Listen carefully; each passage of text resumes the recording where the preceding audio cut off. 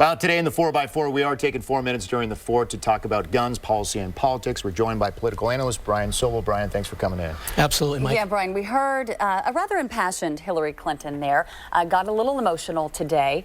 Obviously, what happened in Oregon has really put this gun control topic front and center. But what are the political risks for any candidate taking a stand on that sort of issue? Well, traditionally, if you take a stand against weapons in general, you're a target of the NRA and associated groups. The flip side is that if you say to somebody, what is the solution to this? It becomes very muddy and complicated because there aren't easy solutions to this problem. Right. How much is this about Hillary Clinton and Vermont Senator Bernie Sanders? Because Vermont is, I guess you could say, a pretty gun-friendly state. He's winning in New Hampshire. Right. She's not. Is there a little hint of that in this today? Sure. Anytime you see a candidate coming out as quickly as she has on this issue with a plan, it's because she's feeling political pressure. And you're going to see all of the candidates having commentary on this. But what you have to keep in mind is that all of them have held public office of one stripe or another except for the outsiders. And they were directly able to affect legislation in their own communities, and nothing of substance really has been produced in many, many years. Right, and that's what we were talking about. For example, Hillary Clinton's role as a senator. Sure. Did she advocate for gun control reform while she was a senator? Let's talk about on the Republican side. Right. Not much talk from any of those candidates about reforming gun laws. No, obviously they like the money that comes in from the pro-gun lobby. That's all important in their campaigns, and a lot of supporters that believe that the Second Amendment rights supersede almost anything else. But what we need to be talking about really politically and otherwise is going beyond the weapons issue. What can be done about the mass shooting violent offender that we see? They tend to be fairly prototypical, and it really suggests that we're way behind on the issue of mental health.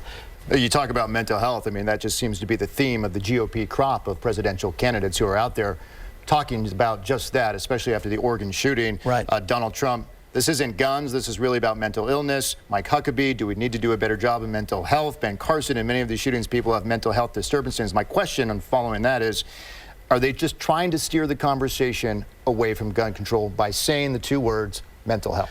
Well, I don't think so necessarily, because you can't unring the bell of gun ownership in America.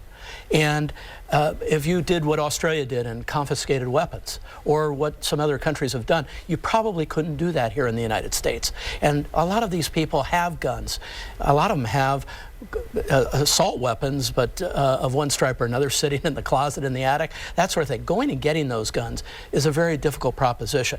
And it's also true that a lot of these shooters, like in the case of the Umpqua College shooter, 15 guns registered legally. In other cases, like in gang violence in the inner cities, the guns aren't even registered. Right.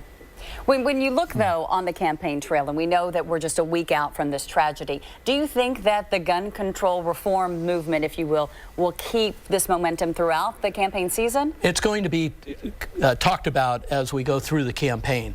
And I think the candidates who really care about a solution, rather than sort of pandering to the crisis, which is a harsh statement, but it's true. You know, that you see them jump up in these situations.